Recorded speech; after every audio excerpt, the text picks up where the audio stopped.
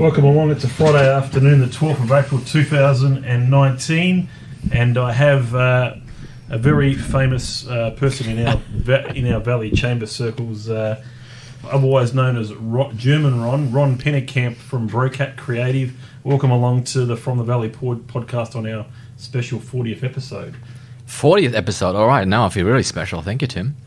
Excellent, mate. So thanks for reaching out and wanting to come on the podcast. That's great. I usually have to try to chase up the guest myself, but I got a message from you. We made the time. I thought, you'd be a great guest to have on. So a bit about how we sort of do the podcast, Ron. I'm not sure if you listened to any previously or not, but I have. What we'd like to sort of delve into, I guess, in the early going is sort of found a bit about your background, which may be interesting. German Ron indicates to me that you're born somewhere in Germany. Correct, yes. So whereabouts in Germany were you born? Born and raised northern Germany, Hannover. That's West Germany. In the days when the internet was born, or very young at least. And then, I went to classical German thing, went to school there, went to the military, went to university in Germany. So which university did you go to? Hannover. Yeah. We don't travel too far away from the places that we live because it's a convenience thing. What sort of population in Hannover? Town has about 600,000. With the surrounds is about 1 million, 1.5 million. So it's a decent place. So Volkswagen Commercial comes from there. Continental Tires, to just name few. So that's Conti is and they're going worldwide. So there's a few smaller and larger German companies that come from there. It's the second biggest state population-wise. Hannover is the capital, so yeah, it's a nice place. It has the northern sea on the top. Yeah. And what was sort of what did you sort of get into as a youngster? What sort of activities, sports, hobbies? Yeah. I mean, for every German, it's either soccer, and I didn't like soccer because, soccer was not for me. I used to be a fast runner, so for me it was track and field. So I ventured, as every good boy, into soccer. Realized that's not a thing. Went to track and field and found myself enjoying that more. Ended up all the way on the states and national teams, running very fast, 100, 200, long jump, these kind of things. So very good at, I used to do little athletics as a kid. They used to have little athletics. He used to be one of the better runners in Tasmania. Down there for my age, obviously. I think my brother was probably faster and he was a little bit younger. But do you have any brothers or sisters yourself? No, just me. The world can't handle two of me, so it's better just to keep it like that. No, it was my parents never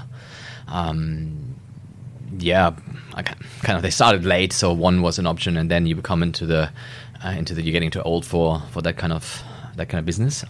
So it was just me, which is fine. I never had a problem because we have a large family, so my immediate family is about 120 people. Wow. Lots of cousins, like uncles and nephews and all these kind of things. So there's lots to go on. So family events are usually a bit larger. And whereabouts do your parents live now? Are they still around? Yeah, it's still countryside Hannover, beautiful, picturesque. Steinhuder am Meer is like a lake. That's very nice. Both retired, so that is quite where they spend their time now. Yes. How often these days would you go back to Germany to visit them or visit friends and stuff from the homeland?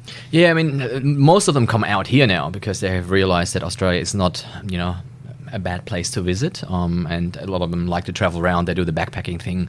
I try to go back every other year, every 2 years, every 3 years if I can. Parents are not getting younger, so you want to spend some time and keep the connections and see friends there as well. I mean, uni friends is the same thing. Uni friends, work friends from back home, and every 2 years is probably fair. It kind of varies, of course, with work and how I can get out of the agency. Yep. So, an athlete growing up as a child, do you sort of maintain that into your adult life, or?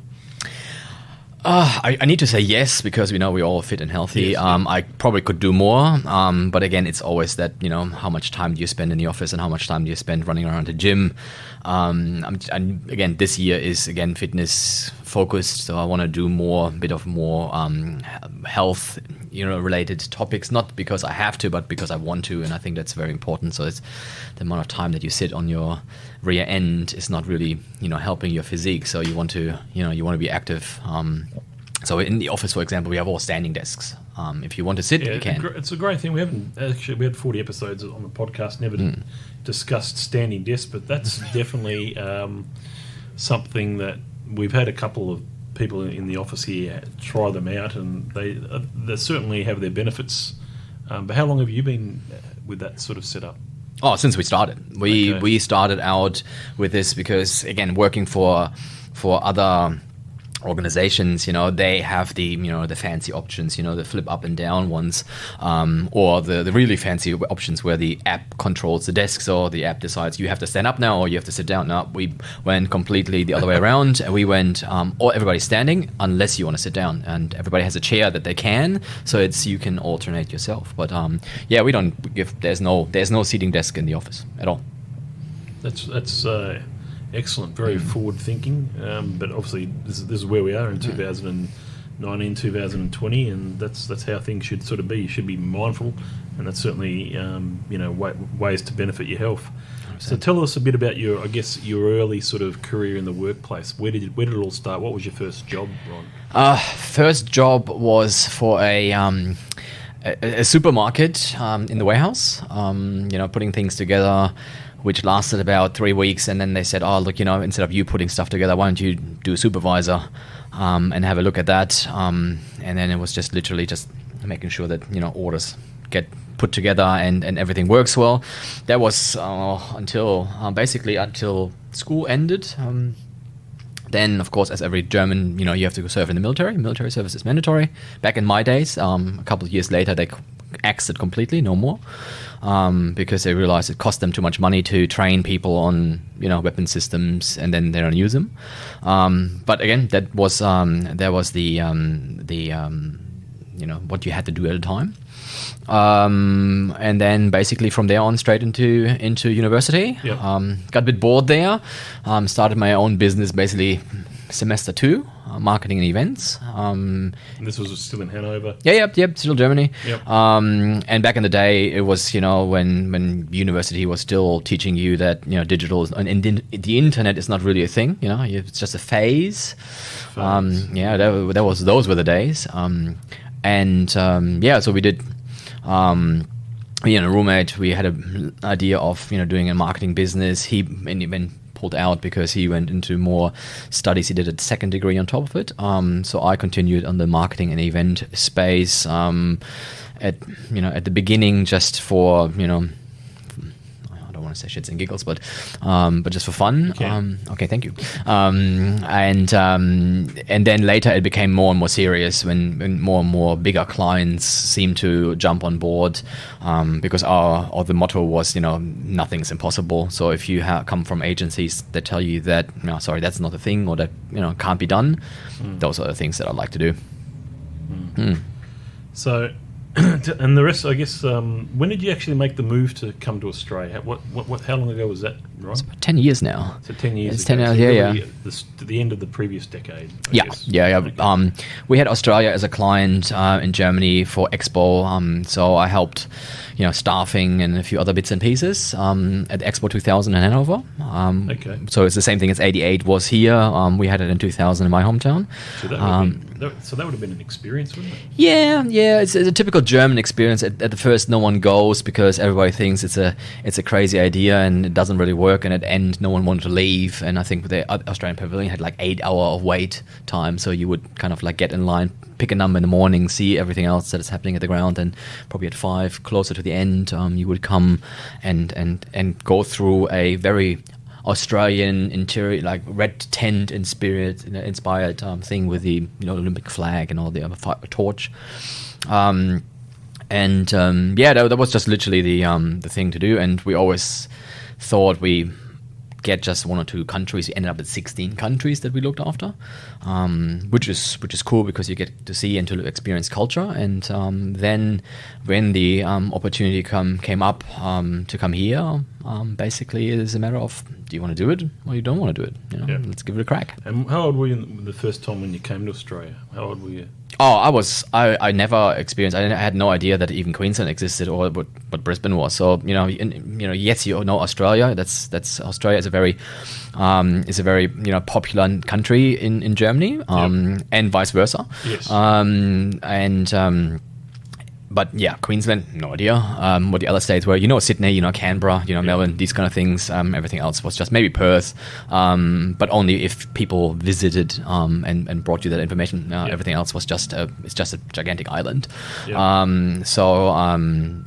Coming here was basically all new territory. So that was quite exciting. Quite exciting. Mm. Yeah, very exciting. And so, was it daunting though at all, or was it just you're at the sort of stage of your life? So, I've got this new challenge. I love it here. The weather's nice in Brisbane, or something like that. The people here seem really friendly. Yeah, and I want to make my life here. Yeah, you know that I don't scare easy, and I like a good challenge in everything. So it was coming here, and again, this could be anywhere in Europe. In the big towns, you don't have anything that you miss, so to speak. It's a bit different. But again, weather is fantastic. The beaches are, people are very friendly. So you don't really have any kind of problem. Plus, if you're living on the north side, it's German territory anyway. So apparently Nanda and all the way up the coast was all German communities. So there is a lot of us here. So you have a bit of home away from home, so to speak, and it's then literally what you do out of it. If you sit around on yourself, then you get nothing done. If you integrate and assimilate the culture, then you fit right in. Okay. Have you ever been up to just north of Adelaide, the Hannover wine country? Yes, I have, and the German towns there that is, and it's traditional. It's it's completely, but it's the same thing if you go to the GABA and you go in the German club. It reminds me of of home. It's a place that is a bit over decorated, but what it has in over decoration, it also has an extra love. The people are authentic, the food is great, the beverages are superb. So that is again completely, could be here, could be over there. And again, you are a fan of German culture and German beer, so and you recently went, so you understand that it is the real thing. And that is, for me, that's the same thing. I'm German, so if someone comes and has a problem that needs solving and I can help, and that's what we are. We just get on with it and help. Yeah, no, excellent. The German club, you actually, you've been involved with that ever since you sort of moved to Brisbane. You've always been pretty involved in the German club there. Not the German club, but the German community. So the German community, the German club is a recent thing where we were asked to help as an agency to tell the story a bit more. Again, a lot of people there. Club doesn't run itself. So and then you need to find people that are experts in telling the story. So and of course I help, but it's the same thing for I'm helping the consulate in town with their events. The biggest event is of course German Week that comes around every year in October, and that's a thing that Claudia and Michael from the consulate organized. So Michael being the consul, driving that ship, and Claudia making sure that everybody stays on task. We just make it look pretty, but we've been involved in that project since it started in 2016. So, and again, it's a matter of people come and ask the question. As long as there is some kind of funky event or funky problem to solve, then I'm all for it. So when you first moved to Brisbane, what sort of work were you working for yourself from the get-go? Did you work for somebody else for a while? No, I sold my business in Germany just 6 months before the global financial crisis, and decided to retire. Way back. And had a bit of enough. I mean, 17 years of marketing at that stage. Working basically when everybody had the days off, doing big events for German car makers and insurance companies and these kind of things. They're not small.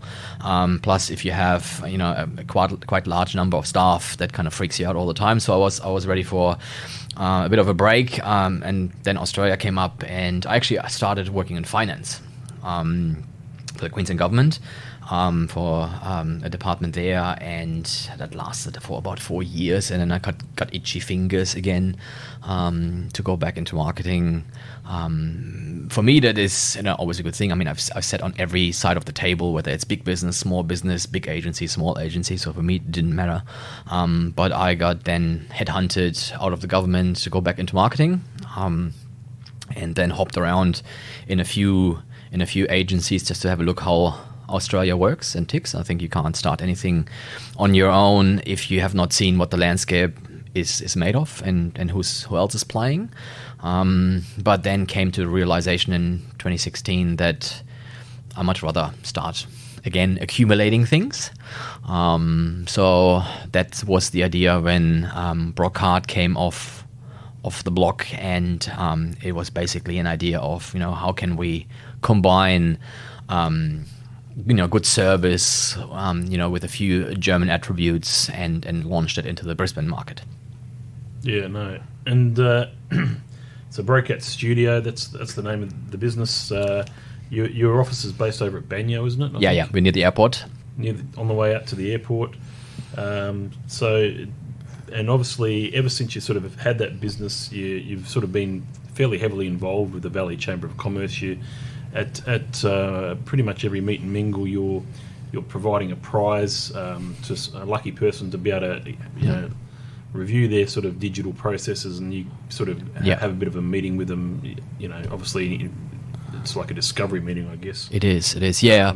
I've been involved with the Valley Chamber long before the own business that started back in 2008. So that's the kind of so I have a feeling that Terry counts me in the inventory. If I'm not there, someone asks a question why, because I go religiously, because I feel like if you're not going, then people will not ask the question. And for me, it's not about selling there, it's about being a solution and offering an opinion. And if you come and say, look, can you have a look at this and this, what do you think, you get an opinion. I don't charge you for that. That's not how I operate. It's but it's correct. I've been since Brokat we're providing a digital health check voucher every event. Since last year, we're offering 2 because we got a lot of questions. Why are you only giving away 1? I would like 1 too, and so we started giving away 2. They're about $1,000 each. For what you said is correct. It's a discovery. It's having a look at your digital health and your digital channels and how how everything clicks together, and then giving you recommendations. That is not a thing where I go, here's the recommendations, and here's my bill to implement them. No, that's for you. You can give it to anyone that you have working for yourself, in-house, other agency. I don't care. For me, it is a matter of offering a second look, because some people are very happy with their current provider, but are they looking at all the things, and are they staying on top of again, life gets away and there's more than one client, so it's good to have a second opinion at times. Definitely good to have a second opinion, and I really think the way you do business, I admire you actually going out there and offering that type of service to people that aren't clients at the moment, potential clients. It's just really good that, and your dedication to go to, as you said, to go to every Valley Chamber, you do it with because it's you want to have that lasting sort of effect, which obviously then it does naturally, just from a natural point of view, will increase likelihood of getting some new business or a big contract for whatever, just out of the blue, out of something. And that's the way I like to network. In a way, I like to just, there's not an expectation of always getting business. It's an expectation of helping people, making some new friends, collaborating as well. Yeah, no, 100%. It's the same approach that I do, that when I talk to startups or startup spaces, is the same thing. You need to be there to offer a solution. You're not going around there. And again, everybody knows, I have car sales friends, but you don't want to be the dirty car salesman of marketing that goes around and you need a new website and you need a new website and you need this and here and there. Marketing is there's a lot of them out there that try to I'm better than you and if you don't believe me then you can keep sitting in the corner. But yeah, that's not lasting. That's not what's the word? That's not sustainable, and you have to rule with kindness. You have to say, look, if you have someone, I'm happy to play in any kind of constellation. It's the same thing if clients come through the door that may have one or the other aspects that we can provide as well. Fine, that's cool. We everything that we do is bespoke. Everything that we do is custom, without the big price tag. That is the thing, because the big price tag is it's the Apple, let's make a fancy thing out of it and drive the marketing, everything becomes more expensive. But if you look at it, and that's why we, for example, we don't do packages per se, because packages don't work for every client. They work in in a package, there's always things that people don't need. But that costs still money. So we just strip all that and literally just work on things that the client needs. Again, if the client then comes later around and says, can you also help me with this? Of course, we can help with a lot of things, but it's not that we're trying to force people into a certain, box or scheme or on a contract that they don't need, and then they're unhappy and they work with. But that's why we get a lot of clients that are actually coming from other places where they got held at ransom, to update a website or other things. That's just not on. That does not work. Yeah, definitely. So obviously helping your clients in lots of different ways. I guess the type of, when you sort of look at the breakdown of your clients that you've currently got at the moment, what percentage of them would you say would be considered, raw sort of startup phase type clients? Getting bigger. The startup space is, again, there you have to always fight against people saying, startups, do I invest into another engineer that can make tech, or do I start telling my story? And we came across a few that just missed that boat, and then bigger companies come around with, and this is the same thing that I say, like, if people in Brisbane don't play together, people from other places overseas come here with large pockets, and then we're all, going back to the line at the unemployment chain. The number is getting bigger, but it's also because the amount of involvement that or the time that I spend talking to startups is a bit more. In a few different capacities, we help them, but that is just at the very low end or at the beginning end of a relationship. Most companies are, small to medium Australian ones, but reasonably established. Or? Reasonably established. Probably 5+ years. That are too big for a freelancer, but too small for a gigantic agency. So we have a lot of those. But then, of course, being German and sitting on the German Australian Industry and Commerce Chamber for Queensland, you get the big German giants that come through the door, and we're at the moment talking to them, actually being on the referral list for Queensland. So if a German business comes to Queensland, then we basically say, look, if you need any marketing, there's someone that you can talk to. So I think that will make life a bit more fun.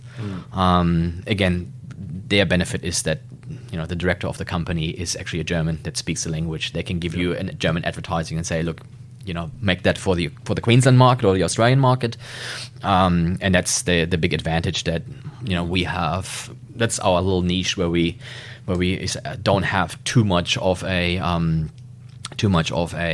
problem telling people why we are the logic choice. So, some random stuff. What's your favourite type of car? Oh, BMW or Mercedes? Oh God! No, God.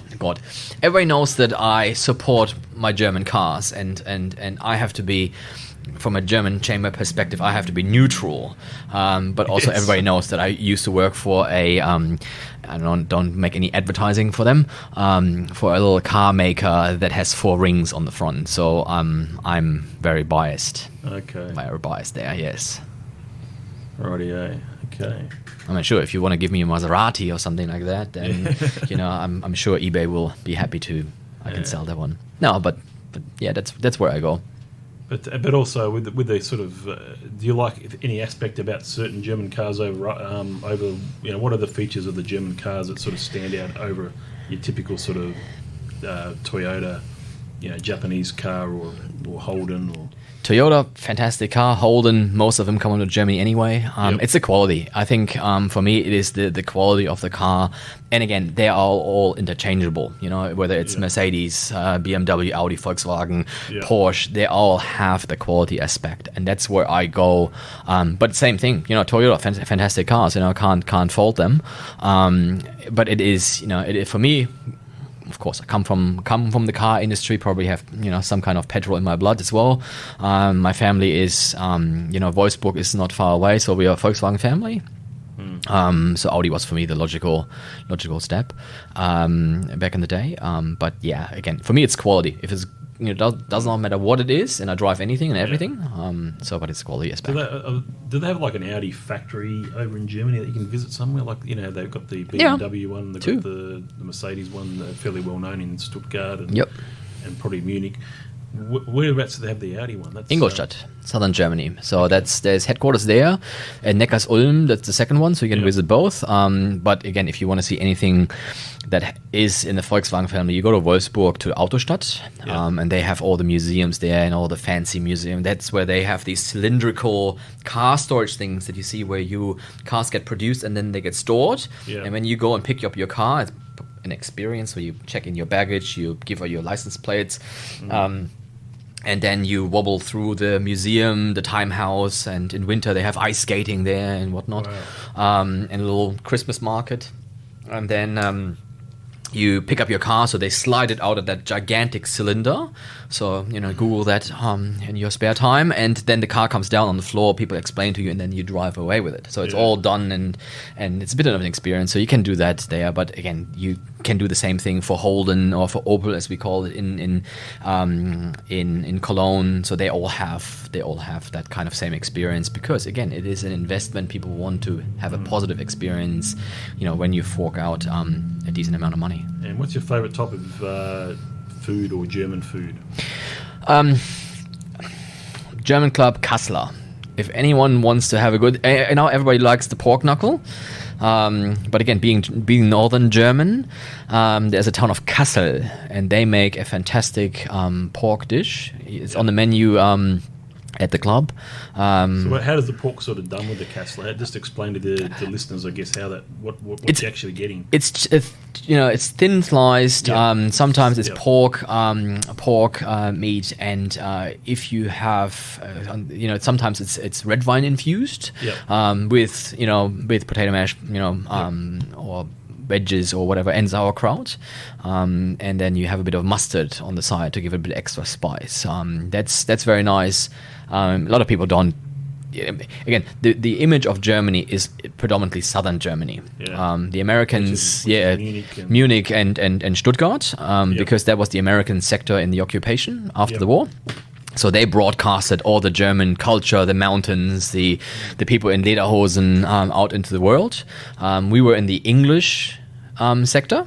So for us, that was, and the English were not really, broadcasting that lifestyle out.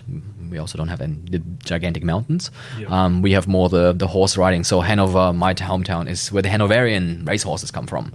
And we have the northern sea line. So for us, it's, Hamburg, with a lot of fish and sea related things. But yeah, that's probably one of my favorites. I make a mean potato salad, which is amazing. I had breakfast. We had a networking breakfast this morning, and one of the characters that sort of comes to the breakfast here, he's German. I'm not sure if you met him. Have you met Frank Mueller before? What does he do? He's done a couple of different things, but he's now currently doing business brokings now. So he's selling businesses for Fintechs? Finns, Okay. Finn business brokers. But he's used to be shipping industry, working for Atlog. But he was born in Hamburg, I think. And, he wants to. He said, "Tim, I want to come on the podcast as well." He said this morning. Seems to be the German connection that's coming through now, but and so that he's an interesting guy. I'm just I know you've been here, but he surprised you may not have ran into him.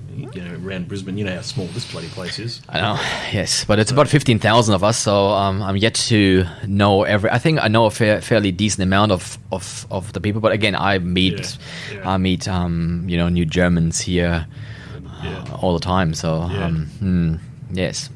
Yeah. So I guess, and what's your favourite type of beer? Is it? Do you like a Dunkel? Do you like a Hefeweizen? Or what do you like?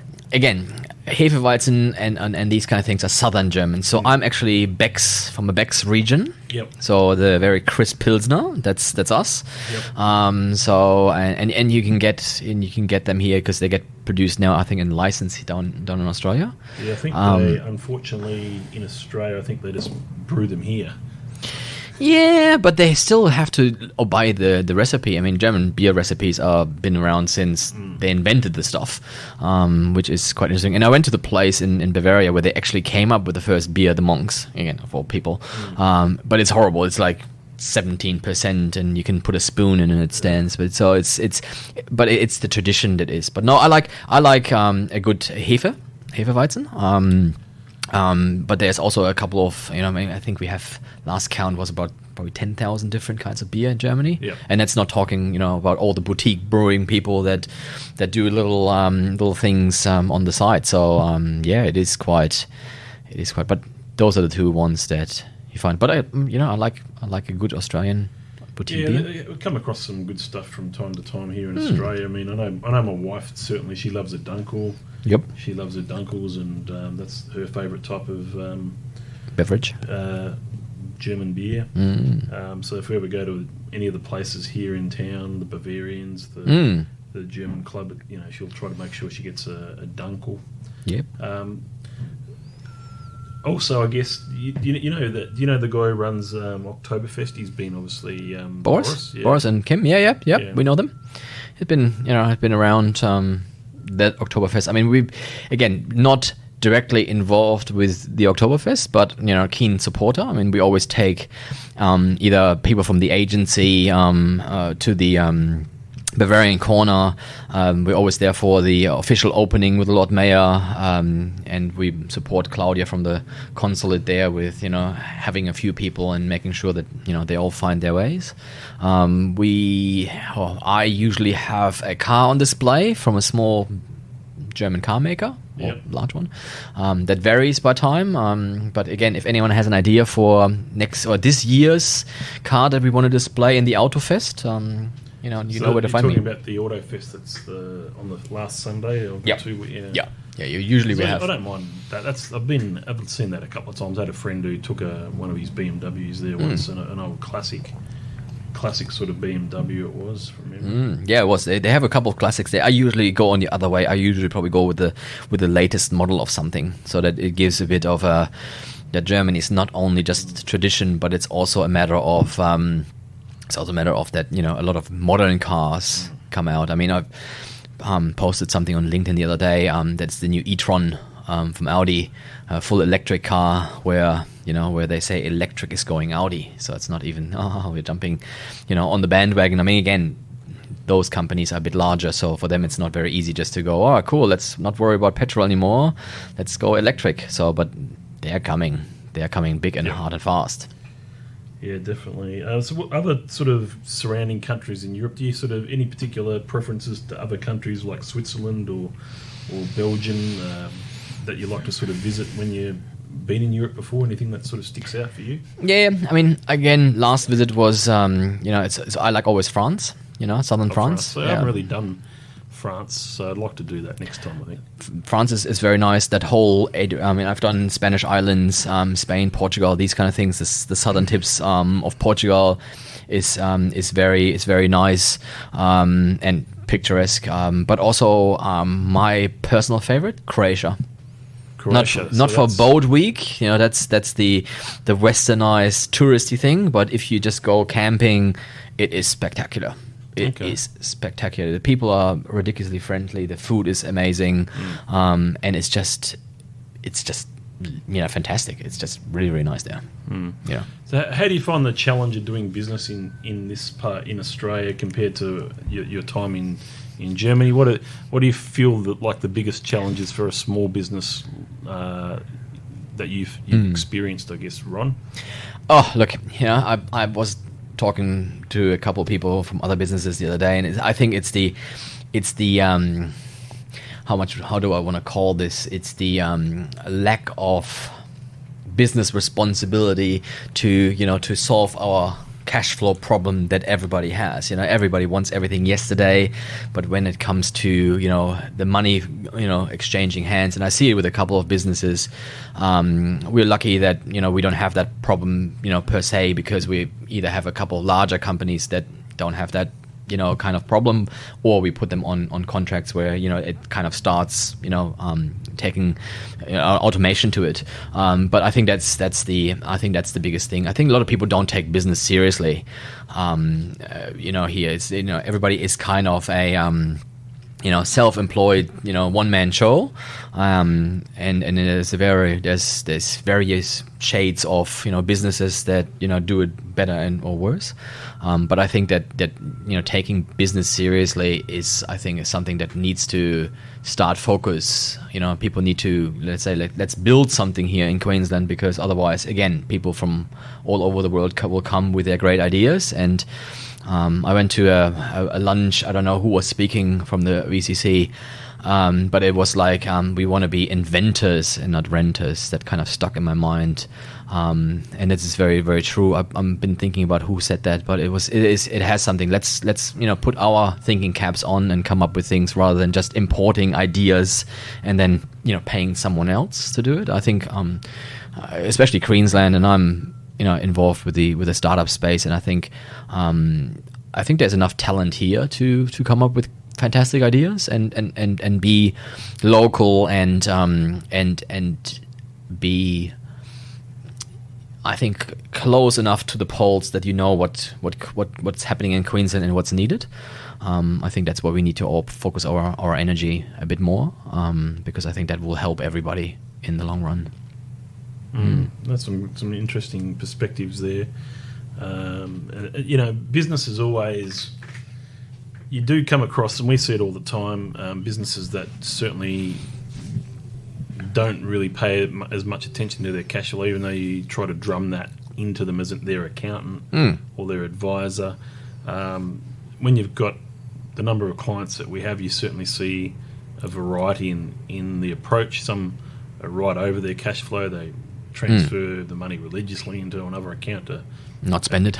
It's there for Mr. Taxman when he decides to put his hand up, or it's there for the superannuation for the employees and all of that sort of stuff, and just gets saved, not get touched, and managed well, and obviously draw out of that at the right time. You don't, obviously not too early to spend on something you're not going to be able to get the money back from. So it's you see that sort of thing quite often, I guess, as an accountant here. I guess, who do you sort of look up to as far as mentors and stuff like that in your career? Is there anyone sort of back in Germany that you sort of look up to and learnt a lot from? And even today here in Brisbane, is there anybody that's sort of local to Brisbane that you sort of look up to as a mentor or use as that type of thing? Back home, there's probably a couple of family members that I bounce ideas off. Here it's more a network of like-minded people in the same kind of boat, so to speak. Not a mentor per se, because again, I find these things always interesting when people go to these motivational speakers and they tell you this, you need to do this and this and this. The problem with all these kind of things is, and there was a big one from overseas in the country towards the end of last year, and he's big on the socials and tries to motivate people, and I agree with most things, but I don't agree with everything, because again, every journey is unique. I mean, if you look at the 3 years of my journey in Brokat studio, it is a quite interesting one, but again, it also has what I try to do is we try to learn everything. If everything goes right all the time, no one learns anything. You might be lucky, or you might have a good product, or you might have only people that don't understand what you have, or you would just, again, plain lucky. If things are not going according to plan, that's where business resilience comes in. So, a lot of people cruising along, and then they have the first bump in the road and all the wheels fall off, and, everybody screams for help. Where I think if you have, and if you look, and if you communicate effectively with your friends in the network and actually say, look, if you, and offer help, say, look, if you need help, just, ring. A lot of people don't do it because it's an admission of failure. I see it as an opportunity of learning. So I'm happy to sit outside, and people say, look, you sit outside the box. And I said, I'm happy you're outside the box, because I try to see how everybody struggles climbing out of their box into the next one where I don't have a box. I can play wherever I want to. I can put my mind to whatever I want to achieve, and give it a crack. It doesn't work, we learn something for it. If it does, we also learn something because we ask the questions. I'm not afraid of failure, where everybody goes like, oh, don't say that to anyone. That's a bad thing. No, it's not a bad thing. It's a bad thing if you stay in that mindset that if something does not go according to plan all the time, then you're a failure. No, you're not. Then you make valuable life learnings, as long as no one get hurt, everything else is fixable. We're not brain surgeons, so it's very important to learn and always ask questions. Yeah, definitely. So Brisbane itself, you like this part of the world. What are the things that you like most about living in Brisbane? The features, is it the weather that you like, or the general nature of the people, the economy, or a mixture of everything? To say to my friends that Brisbane tourism, I like the weather and I like the people, and look, if you go, this weather is Spain for us in Germany. You have beautiful weather. Even on a day like with clouds today, it's still nicer than most days in some parts of Europe. And it is a bit of a gold digger atmosphere. There is still opportunity. There is the Wild West. Stuff is not explored yet. People don't have all the answers to all the questions yet. So it's a bit of a gold rush, not gold digger, gold rush atmosphere that is, and again, it gives opportunity. It gives opportunity, it gives growth, it gives people an opportunity to work with other organizations, and I think that's what I like. That's what I like the most. Germany is very very strict. Things are already set in their ways, and they've been working for many years. Here you can still push the envelope, and it's also a bit more relaxed than in Germany. Germany is very, if you're 5 minutes early, then you're 10 minutes late. That kind of situation at times. Really? Yeah. It's still it's a lot different to Asia. Yeah. Oh, look, but again, that's why Germany exactly. It kind of works for us. So if the whole country is like that, that's why you have now people arguing in Germany, how do we spend the 50 billion euro surplus that the government made? First world problems to have for a country that is, I think, how many times do we fit in Queensland? 27 times or something like that, with about 100 million people. So yeah, I think it is quite interesting how. It's an interesting time to live in, regardless, in all types of, you see the black hole for the first time and all the advances. So I think it's very cool. But no, the whole package, the whole lifestyle is fantastic here. Having a great team at the studio is fantastic, and they're all funky individuals that are handpicked. Yeah. How big's your team there? About half a dozen or so? Or? No, we're 8 now. 8. We're 8, and we're on them at the moment, hiring again. Well, that's a decent team, I think. That's a decent little marketing team. Yeah. Or different obviously there are different things. You might have some graphic designers, or you might have Correct. some Web developers, some web people, some social media, some digital. Yep. A lot of different skills and some overlapping skills, no doubt. Correct. And some good, males and females as well. Yes. Now I handpicked. Again, it's a team decision, so people get to sit there. I don't do interviews in a closed door because people need to see that we are a unit. So we're all pulling the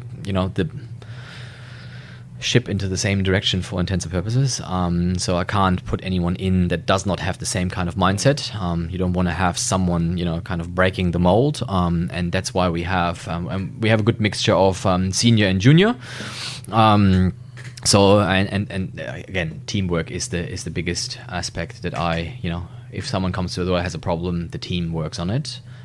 To whatever, and you're right, we have everything from strategists, the design capacity, the digital capacity of websites, and all these kind of things. And lately, it seems to be e-commerce coming more and more through our doors. So it's a lot of people with shops and needs for that.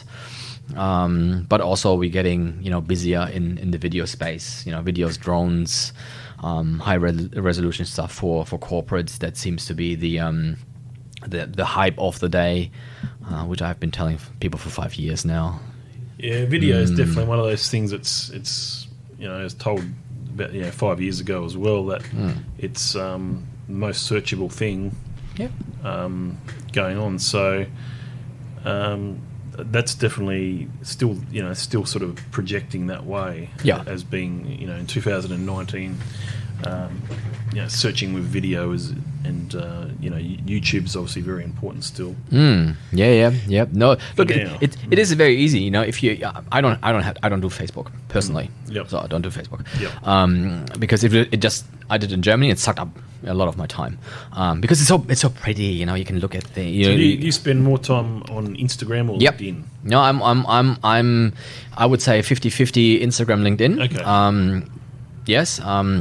So I do, but I separate it. So Instagram is more the colorful things that I want people to see, and try this and do that, and a bit of what I've experienced. And you're known as German Ron on Facebook. I am. Sorry, on Instagram. On Instagram, that's right.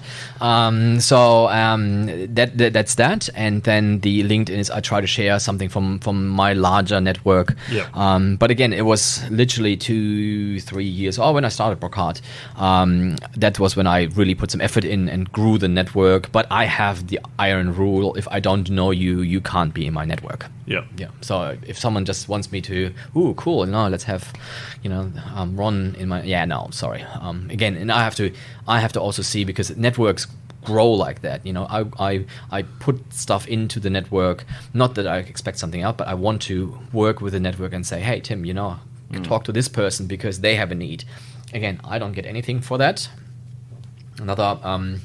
Another iron rule of mine: never ask anything in return. I give freely. So I've taken another client of ours to car makers recently that they can make deals. I don't want to, but I get upset when I get asked, or when I ask the question, I need help or I need something from you, and then you say, just fresh out of, accountancy advice in your case, can't help you, busy, that's when I usually then go, not really my type of network team player, because that is just not, and that's where I think we all need to be a bit better.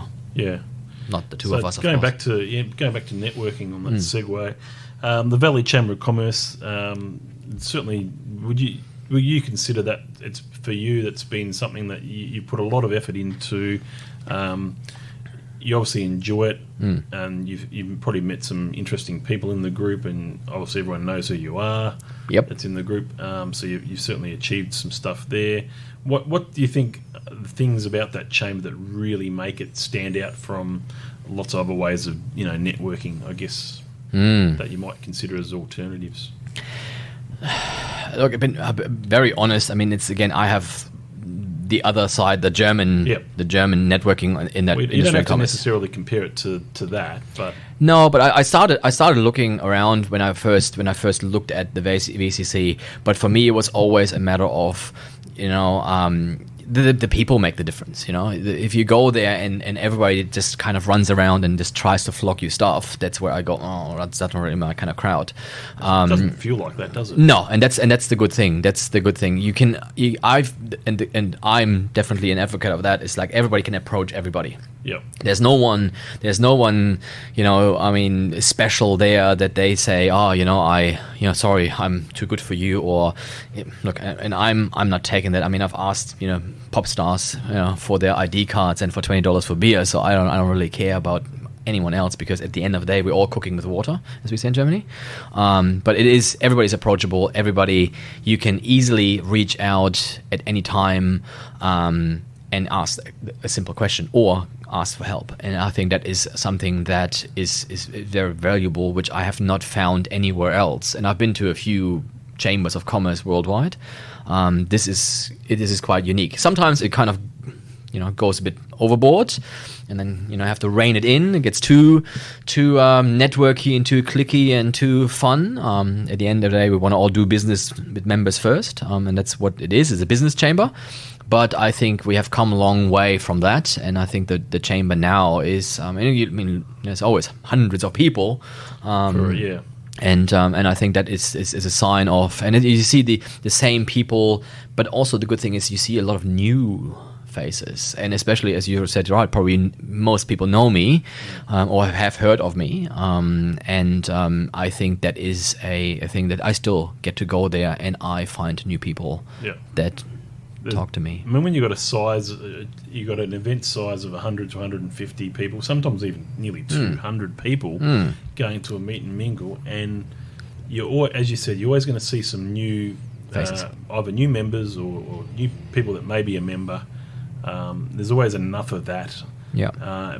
But the other thing is, 1 in every 3 people that you look at, you just know them reasonably well. After being there 2 years, even, you know them very well. Yeah. And you're saying, well, yes, I know Murray. Murray knows me. I know Gavin, who knows, So it's like a big, circle of people. Yeah.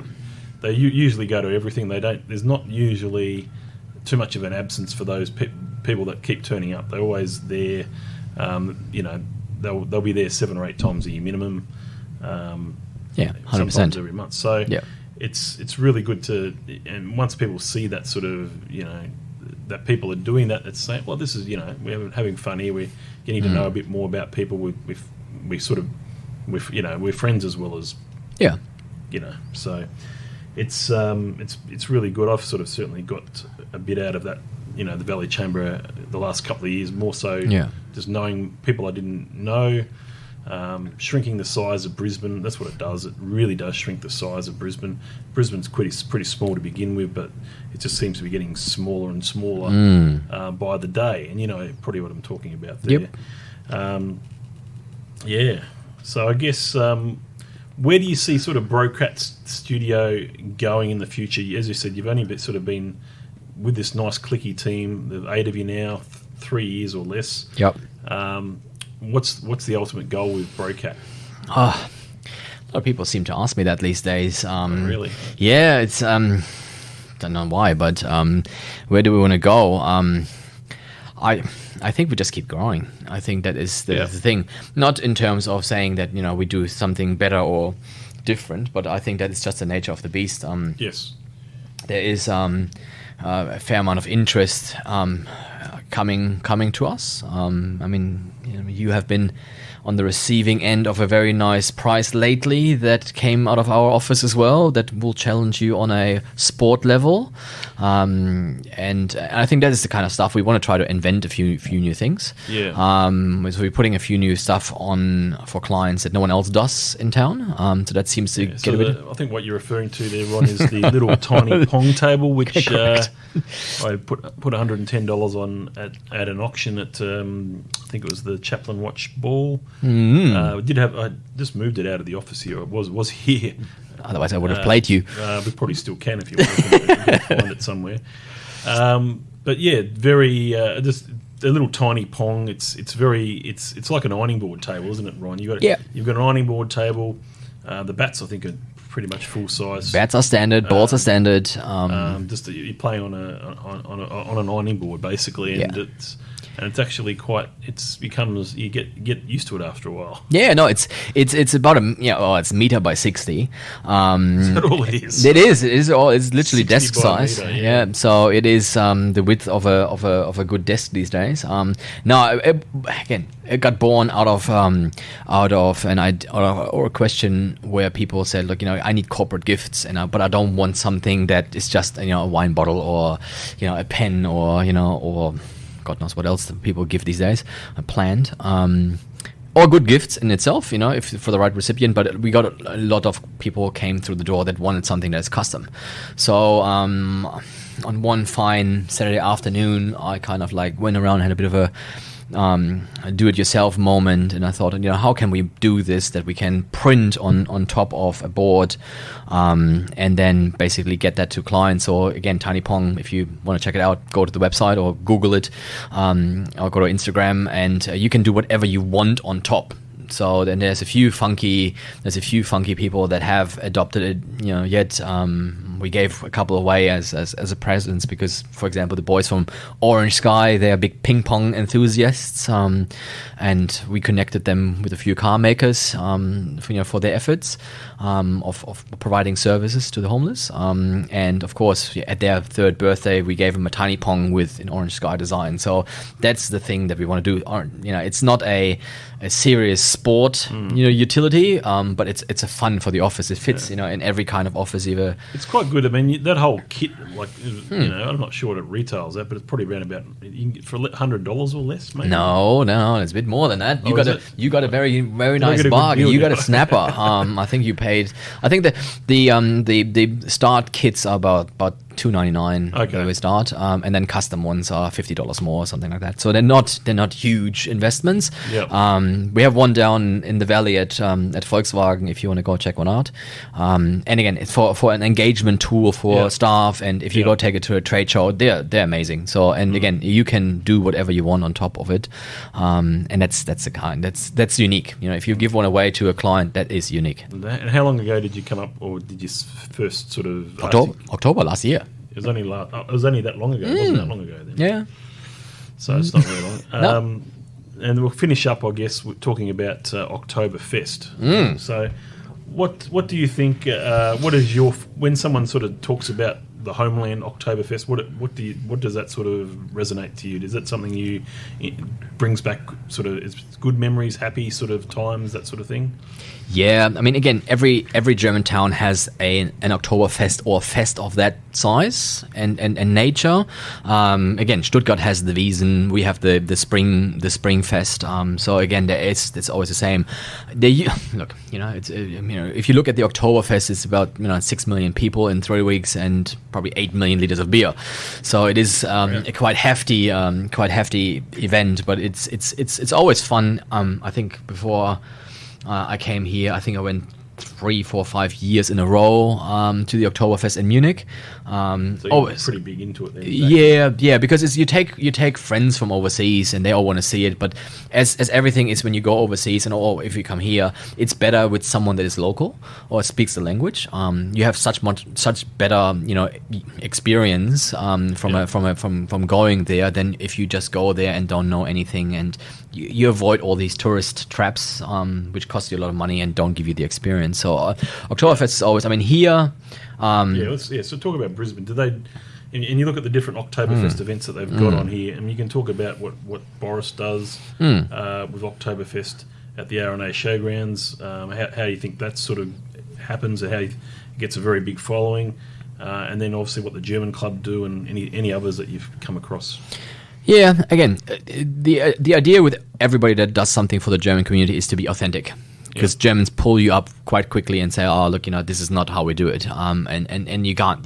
That is not what you do. So I think Boris and Kim do it well with the Oktoberfest. I mean, I've been going there, before the owner change or the new structure of owners, and I've been a supporter ever since I basically came. And I think from the first Oktoberfest that was ever made. So I went every year, usually with a table or two. So for me, it is more about supporting the German community, which is my biggest I do not like when Germans don't support other Germans, when they struggle, when there's a question, when there's help needed. Very, very. Oh very yeah, good. I'm very passionate about that, and you know me that I'm almost very honest with my opinion. So that is a thing, but it goes both ways. You know, then you also have to put into the community and support that. So again, German club, they do a fantastic job. Their Oktoberfest is always more in sync with the Munich one, because they don't have the band coming over from Munich that, you know, is playing there and then has to play here. But there's a few other, you know, German entities, you know, where, you know, people have to look, are they really German, or are they just trying to jump on the bandwagon? And then, you know, not to do it 100%. But again, these things will, as long as they have, you know, promoting the goodness of German culture, not only the, you know, fast driving cars and drinking beer, then I'm happy with that. I mean, I've been to the last two Oktoberfest events they've had at the German club. I unfortunately got kicked out of the last one because I got a bit drunk, but anyway. Good night then, huh? Must have been.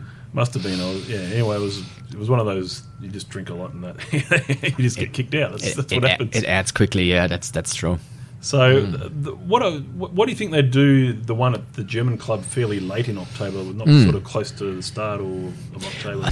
It is always hard because, you know, people don't want to step on each other's toes. And that's sort of if there was at the same time, they'd be stepping. On Boris's toes. Well, it's not so much on Boris's toes. I mean, again, he's one wheel in our larger German machinery. So again, he has to you know, abide by the same rules that we all have to abide. There is no one gets an extra sausage spec. But again, I think it's pun intended. But it is a matter of working together. So if one can say, look, you know, we have we need to have this Oktoberfest here because of band and other events, that's fine. If other people can work around it, that's also fine. But you always find that people are doing something around that September, October mark. A lot of people don't understand that it actually starts in September, due to the calendar, you know, shifting. But look, again, as long as we all work together, again, it's just makes the Oktoberfest last longer. You know, you go to that's the big plus about it, isn't it? It is the big plus. You can say, look, I'm looking forward to that weekend, and I've got that weekend booked. Yeah, and I tend to go more and more. So I think last year I went 4 days out of the 6. But again, that was just at the RNA one. Yeah, that's what's the RNA one. And you know, and helping the German club there. I'm, you know, usually going to their events as well. So then again, you have more Oktoberfest than you actually can handle sometimes. And they certainly do it in other cities apart from Brisbane in Australia. Have you been to any of the other city ones? No, I've not. I have literally not, because usually Oktoberfest is also for me when people come and guests come. So that's the thing. And then I have to be here and go, because there's usually you know, dignitaries coming up, so where I'm going, okay, you have to be there. But it is a matter of, you know, look, if it's a fantastic event, go to it, support it, you know, have a look, go have a beer, have a look around, and see the culture. There's always something for the whole family, which is you know, similar to the one in Munich. It's not just a men drink beer type event, or it is a family event. Yeah, I think that we're going to probably finish it on that sort of note. Ron, it's been really fascinating. Thanks very much for coming on the podcast. It's been a great hour having a chat with you, having a beer on a Friday afternoon. So it's been really fun to have you on, Ron. It's my pleasure. Thanks, Tim. No, we'll definitely see you around the traps. Have a great Easter, and we'll catch up with you soon anyway. Cool. Thank you. Thank you. Thank you.